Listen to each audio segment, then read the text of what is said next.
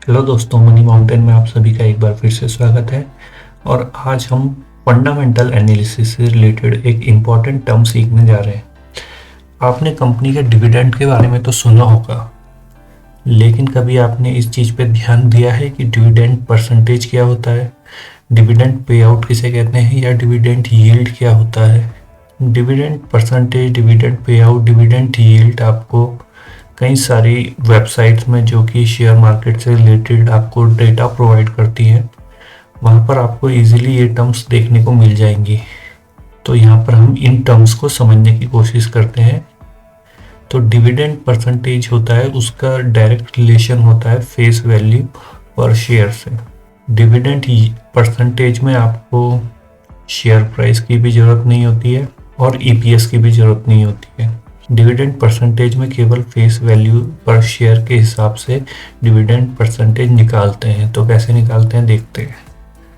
मान लो एक कंपनी के 4 क्वार्टर के डाटा है, हम पे 4 क्वार्टर में उन्होंने डिविडेंड डिक्लेयर किया है। पहले क्वार्टर में 10 रुपीज़ का, दूसरे में 15 का, तीसरे में 5 रुपीज़ का एंड लास्ट क्वार्टर में 20 रुपीज़ का। कंपनी की जो फेस वैल्यू है पर शेयर वो 10 रुपीज़ है।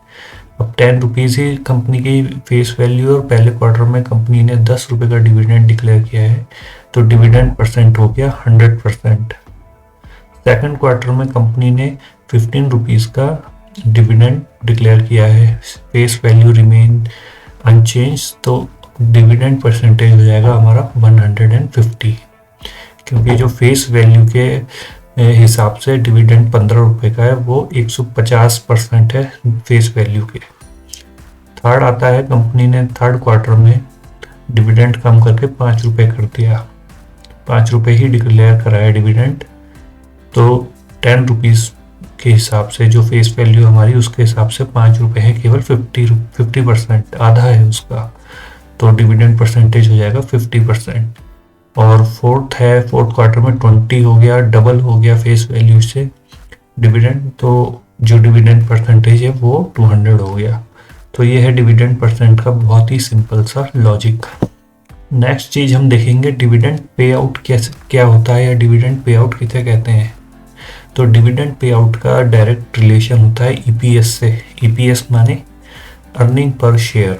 मान लो आपकी कंपनी ने सारे 4 क्वार्टर में 100 रुपीज़ की ईपीएस डिक्लेयर, 100 रुपीज़ का ईपीएस यानी अर्निंग पर शेयर कमाया है। एक शेयर ने 100 रुपये की कमाई की है, ऐसा हम कह सकते हैं। और कंपनी ने पहले क्वार्टर के लिए 20% का डिविडेंड पे आउट घोषित किया है कि हमने कमाई तो 100 रुपये की करी है, लेकिन इसमें से 20 रुपये हम अपने शेयर होल्डर्स को डिविडेंड दे देंगे, 20% दे देंगे, तो वो डिविडेंड पे आउट हो गया 20 रुपीज़ का। सेकंड क्वार्टर में सेम ईपीएस 100 रुपीज़ रहा है और डिविडेंड पे आउट 30% इस बार कंपनी ने डिक्लेयर किया है, तो 100 रुपये का 30%, 30 रुपये कम इस बार डिविडेंड पे आउट मिलेगा। ऐसे ही थर्ड और फोर्थ क्वार्टर में 40% और 50% dividend pay out percentage declare किया है कंपनी ने। इसका मतलब 100 रुपये में से 40 रुपये और 50 रुपये शेयर होल्डर्स को as a dividend pay out हो जाएगा। तो ये सिंपल सा फंडा है डिविडेंड पे आउट का। अगली चीज़ हम देखते हैं डिविडेंड यील्ड। ये जो यील्ड होती है, ये आपके डायरेक्ट शेयर प्राइस से रिलेटेड होती है। अब मान लो किसी कंपनी ने एनुअल डिविडेंड अपना डिक्लेयर किया है 100 रुपीज़ का, तो जनवरी के टाइम पे कंपनी का शेयर प्राइस 500 रुपये रहा है। 500 जो शेयर प्राइस है वो 100 रुपये के डिविडेंड के हिसाब से डिविडेंड यील्ड बैठती है 20%।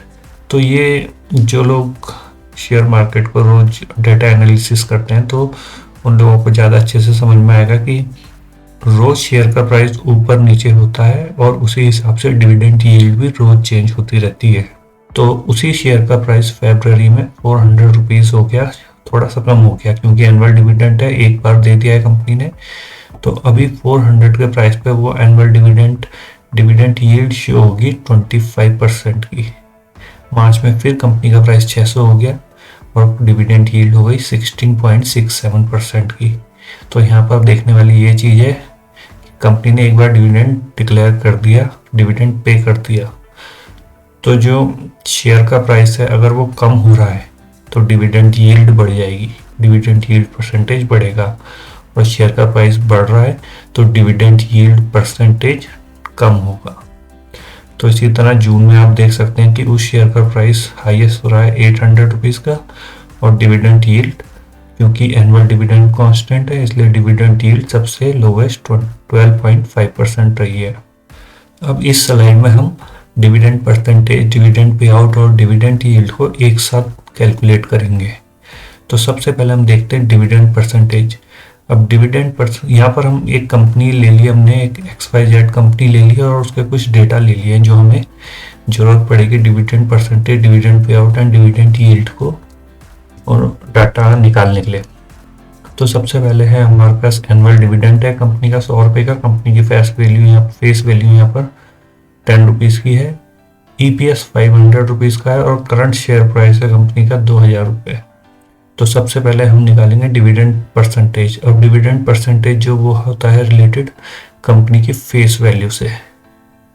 अब कंपनी की फेस वैल्यू चाहिए हमें और एनुअल डिविडेंड चाहिए। कंपनी की फेस वैल्यू है 10 और एनुअल डिविडेंड है 100 रुपीज़ का। तो यहाँ पर कंपनी का जो डिविडेंड परसेंटेज हो गया वो 1000% हो गया है, यानी कंपनी ने इस साल 1000% का डिविडेंड परसेंटेज डिक्लेयर किया है। नेक्स्ट है dividend pay out. Dividend pay out में हमें EPS की जरूरत रहती है।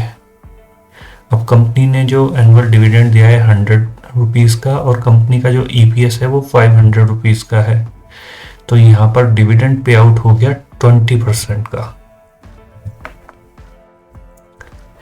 एंड लास्ट है डिविडेंड यील्ड। डिविडेंड यील्ड का जो रिलेशन रहता है वो शेयर प्राइस से रहता है। तो शेयर प्राइस 2000 रुपीज़ है और कंपनी का जो एनुअल डिविडेंड है वो 100 रुपीज़ का है। तो यहाँ पर जो यील्ड निकल करके आती है वो आती है 5% की। तो दोस्तों ये यहाँ पर हमने देखा है कि dividend percentage, dividend pay out and dividend yield हम किसी कंपनी की कैसे निकालते हैं। किसी शेयर के बेसिस पे, EPS के बेसिस पे, फेस वैल्यू के बेसिस पे हम इन तीनों में ये डाटा अपने आप कैसे निकाल सकते हैं। कंपनी एनालिसिस या फिर आप जब कभी एनुअल रिपोर्ट्स पढ़ेंगे कंपनी की तो वहाँ पर ये टर्म्स काम आती हैं। फंडामेंटल एनालिसिस में किसी कंपनी के जब हम डाटा एनालिसिस करते हैं तो वहाँ पर dividend percentage, dividend pay out and dividend yield, ये चीज़ें आप लोगों को जानना बहुत इम्पॉर्टेंट हो जाता है। तो अगर आपको ये वीडियो पसंद आई है तो इसे लाइक करें। किसी भी क्वेरी के लिए हमें कमेंट सेक्शन में लिख सकते हैं। नेक्स्ट वीडियो आपको किस टॉपिक के ऊपर चाहिए वो भी हमें कमेंट सेक्शन में लिखें। ऐसे इंफॉर्मेटिव वीडियोस देखने के लिए हमारे चैनल को सब्सक्राइब करें and thanks for watching this video.